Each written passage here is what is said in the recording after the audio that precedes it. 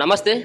అధికార కాంగ్రెస్ పార్టీ 42%ని మేము బీసీలకు రిజర్వేషన్లు కేటాయిస్తున్నామంటే ఒక పక్కన తీర్మానం చేసి ఢిల్లీకి పంపించినటువంటి విషయం. మరో పక్కన బీసీలకు సరైనటువంటి న్యాయం జరగట్లేదు అంటూ బీసీ వర్గాల యొక్క పోరాటం. సో వీటన్నిటి పట్ల మాట్లాడేటువంటి ప్రయత్నం చేద్దాం. ఇటీవల కేటాయించినటువంటి మంత్రికి కేటాయించినటువంటి శాఖ పట్ల సైతం కూడా మనం మాట్లాడేటువంటి ప్రయత్నం చేద్దాం. మనతో పాటు బీసీ సంఘాల నేత అయినటువంటి హరిశంకర్ గౌడ్ తోటి. అన్న నమస్తే. సో ముఖ్యంగా ఈ కాంగ్రెస్ పార్టీలో 42% రిజర్వేషన్లు ఇస్తా ఉన్నాం, మేము బీసీల కోసమే పుట్టినటువంటి పార్టీ, బీసీలకు న్యాయం చేసేటువంటి పార్టీ కాంగ్రెస్ పార్టీ అంటూ ఒక పక్కన కాంగ్రెస్ పార్టీ చెప్తా ఉన్నది. సో దీన్ని మీరు బీసీ సంఘాలుగా మీరు దీన్ని స్వీకరిస్తా ఉన్నారా, వ్యతిరేకిస్తా ఉన్నారా? చాలా నిరసిస్తున్నాం. స్వీకరించడు కాదు, చెప్పేది ఒకటి చేసేది ఒకటి. కాంగ్రెస్ ప్రభుత్వం, రేవంత్ రెడ్డి సర్కార్ చాలా అవమానపరుస్తుంది బీసీలను. వైపు రాష్ట్ర జనాభాలో 56% అంటుంది. ఆ దమాషా మరి మంత్రులు ఇస్తున్నారా? ఇస్తలేరు. ఈవెన్ కేసీఆర్ 4 మంత్రులు ఇచ్చాడు, ఇతను 3 ఇచ్చిండు. 3 కూడా ప్రాధాన్యతలే శాఖలు. బీసీ అంటే బీసీ శాఖనేగా. అక్కడ హోమ్ ఉంది, వైద్యం ఉంది, హోమ్ ఉంది, విద్య ఉంది, మున్సిపల్ అవి ఇవ్వచ్చు కదా, ఇయ్యలే. శ్రీహరి గారికి మత్స్యశాఖ, వివేక్ గారికి ఏమో కార్మిక శాఖ. వివేక్ గారికి ఏం తక్కువ ఉంది, శ్రీహరి గారికి ఏం తక్కువ ఉంది చెప్పండి.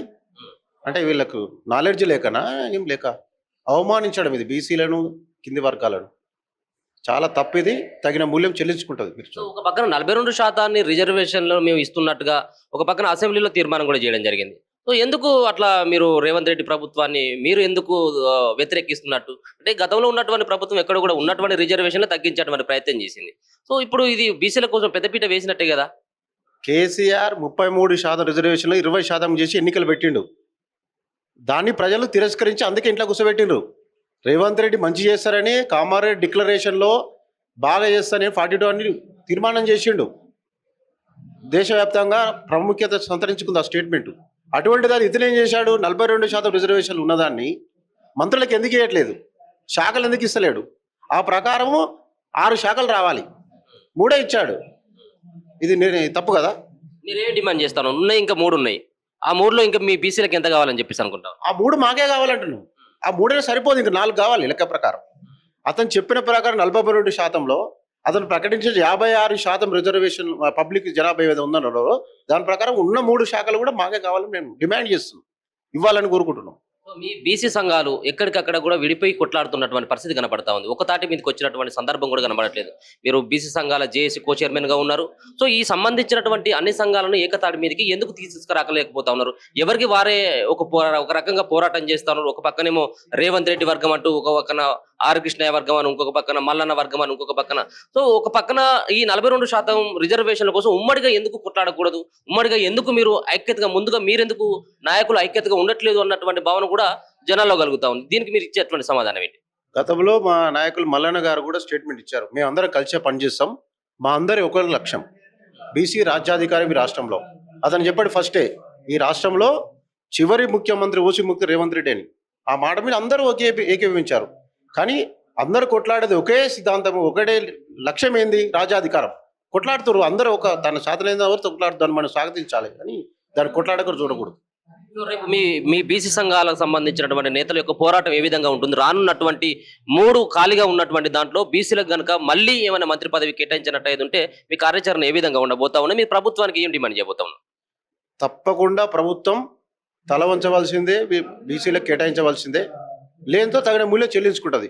ఎప్పుడైనా ప్రజలు, ముఖ్యంగా బీసీలు కానీ, కింది వర్గాలు కానీ, అలంగారి వర్గాలు బీసీలు కానీ అందరు చూస్తున్నారు.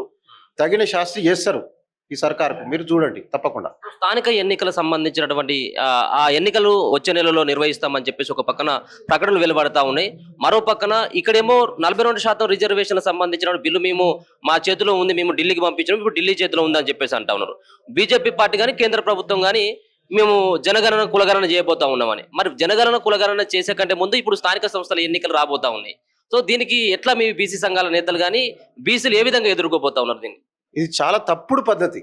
ఫస్ట్ వీళ్ళని ఎట్లా మోసం చేయాలి బీసీలనే ఆలోచిస్తుంది ప్రభుత్వం. ఒకవేళ 42% రిజర్వేషన్ కట్టుబడి ఉన్న రేవంత్ రెడ్డి సర్కార్ ఒకవేళ అనుకుంటే ఇక్కడ జీవో చేయొచ్చు. ఫస్ట్ జీవోకి చట్టం చేసి సెంట్రల్ బీజేపీ చేతిలో పడేసిండ్రు. వాళ్ళని దాన్ని డ్రాగ్ ఆన్ చేసారు. ఎట్లా హౌ టు ఓవర్కమ్, ఇట్లా దీన్ని ఎట్లా అధిగమించాలి, దీన్ని ఎట్లా మూల పడేయాలని తప్ప చేసే ఉద్దేశం వీళ్ళకి లేదు. నేను చెప్తున్నా, మీరు అర్థం చేసుకోవాలి. బీసీ ప్రజలు ఈ రాష్ట్రంలో ఉన్న అందరూ కూడా అర్థం చేసుకోవాలి. ఏంటంటే ఒకవేళ ఇతనికి చేసే చిత్తశుద్ధి ఉంటే రేవంత్ రెడ్డికి ఇక్కడ జీవో తీయొచ్చు. అతను జీవో తీయ అప్పుడు ఎవరైనా కోర్టుకు పోతారా, సెంట్రల్ బీజేపీ ఇస్తుందయ్యా తర్వాత ఇష్యూ. చట్టం చేసాం అప్పుడు కాదు, ఇక్కడ జీవో తీయొచ్చు. చట్టం ఉంది, రాజ్యాంగం కల్పించింది బీసీలకు 42% రిజర్వేషన్ ఇవ్వడానికి క్లియర్ కట్గా ఉంది చట్టం. దాన్ని అమలు చేయకుండా అక్కడ పంపి కాలయాపన చేసి రాజకీయంగా రిజర్వేషన్ ఇస్తాం, పొలిటికల్ సిస్టమ్ ఇస్తా అంటే అది తప్పుడు పద్ధతి. ఒకవేళ కనుక ఇక్కడ మీరు కాంగ్రెస్ బీసీకి ఇస్తుంది, బీఆర్ఎస్ ఓసీకి ఇస్తుంది, అప్పుడు ఈ బలహీనే కదా. అప్పుడు ఏం చెప్పడానికి, బీసీలకు ఇట్లా గెలవరు అని చెప్పడానికి చేసే కుట్ర ఇదంతా తప్ప ఇంకోటి కాదు. నమస్కారం.